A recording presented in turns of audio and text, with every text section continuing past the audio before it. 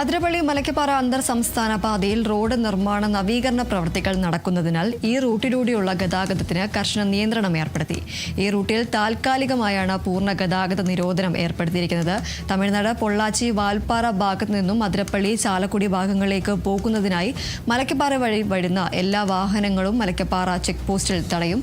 ചാലക്കുടി അതിരപ്പള്ളി ഭാഗത്തു നിന്നും മലക്കപ്പാറ വാൽപ്പാറ ഭാഗങ്ങളിലേക്ക് പോകുന്ന വാഹനങ്ങൾ വാഴച്ചാൽ ചെക്ക് പോസ്റ്റിൽ തടയും. ഈ ഭാഗത്തു നിന്നും സഞ്ചാരികൾക്കും മറ്റു വാഹനങ്ങൾക്കും വാഴച്ചാലിന് പുറത്തേക്ക് പ്രവേശനമില്ല. തമിഴ്നാട്ടിൽ നിന്നും തൃശൂർ, എറണാകുളം ഭാഗങ്ങളിലേക്ക് പോകേണ്ട യാത്രക്കാരും തിരികെ യാത്ര ചെയ്യുന്നവരും ഈ പാത ഒഴിവാക്കി പാലക്കാട് മണ്ണൂത്തി ദേശീയപാതയാണ് ഉപയോഗിക്കേണ്ടത്.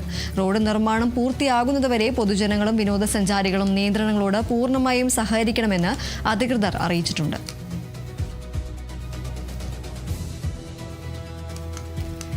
എന്തായാലും അതിരപ്പള്ളി മലക്കപ്പാറ അന്തർ സംസ്ഥാന പാതയിൽ റോഡ് നവീകരണ നിർമ്മാണ പ്രവർത്തികൾ നടക്കുന്നതുകൊണ്ട് തന്നെ ഈ റൂട്ടിലൂടെയുള്ള ഗതാഗതത്തിന് കർശന നിയന്ത്രണമാണ് ഇപ്പോൾ ഏർപ്പെടുത്തിയിരിക്കുന്നത്. ഈ റൂട്ടിൽ താൽക്കാലികമായാണ് പൂർണ്ണ ഗതാഗത നിരോധനം ഏർപ്പെടുത്തിയിരിക്കുന്നത്.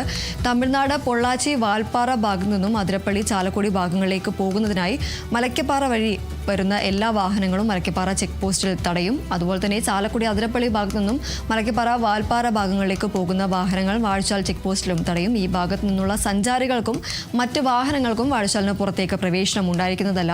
അതുപോലെ തമിഴ്നാട്ടിൽ നിന്നും തൃശൂർ, എറണാകുളം ഭാഗങ്ങളിലേക്ക് പോകേണ്ട യാത്രക്കാരും തിരികെ യാത്ര ചെയ്യുന്നവരും ഈ പാത ഒഴിവാക്കി പാലക്കാട് മണ്ണൂത്തി ദേശീയപാത ഉപയോഗിക്കണമെന്ന നിർദ്ദേശവുമുണ്ട്. റോഡ് നിർമ്മാണം പൂർത്തിയാകുന്നതുവരെ പൊതുജനങ്ങളും വിനോദസഞ്ചാരികളും നിയന്ത്രണങ്ങളോട് പൂർണ്ണമായി സഹകരിക്കണമെന്നും അധികൃതർ അറിയിച്ചിട്ടുണ്ട്.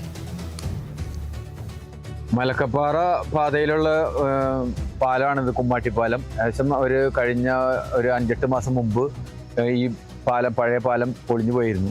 അത് പൊളിഞ്ഞു പോയപ്പോൾ താൽക്കാലികമായിട്ട് സമാന്തരമായിട്ടൊരു പാലം ഉണ്ടാക്കി ആ പാലത്തിൽ കൂടെയാണ് ഇപ്പോൾ യാത്ര നടന്നുകൊണ്ടിരിക്കുന്നത്. അന്ന് അത് എത്രയും പെട്ടെന്ന് പണിത് തീർക്കും എന്നുള്ള ഒരു വ്യവസ്ഥകളൊക്കെയാണ് പണിതെങ്കിലും ഇതുവരെ നടന്നില്ല. ഇപ്പം ഇന്നലെ ഒരു ചെറിയൊരു മഴ പെയ്തിട്ടുള്ളൂ.